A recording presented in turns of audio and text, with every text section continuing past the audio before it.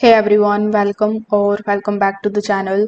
The big news here is that Windows 12 is finally here and Microsoft has revealed all of its details like from design changes to AI integration. This is the biggest Windows update in years. So let's just break it down in today's video. So first of all, Windows 12 keeps the clean Windows 11 style but adds a more modular customizable interface. The taskbar and the start menu are now smarter, adapting to how you use your PC. Next, we have the Copilot, which is deeply built in Windows 12.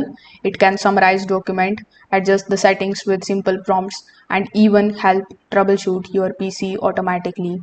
Microsoft has optimized Windows 12 for faster boot time, smoother multitasking, and better gaming performance with direct storage and auto HDR improvements.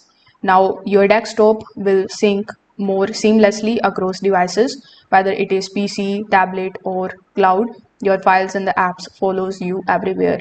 Windows 12 introduced real-time threat protection with AI, stronger phishing protection, and smarter background updates that install without disrupting your work. Like Windows 11, Windows 12 requires modern hardware like TPM 2.0, secure boot, and newer CPUs, but Microsoft promises broader support for ARM-based laptops too.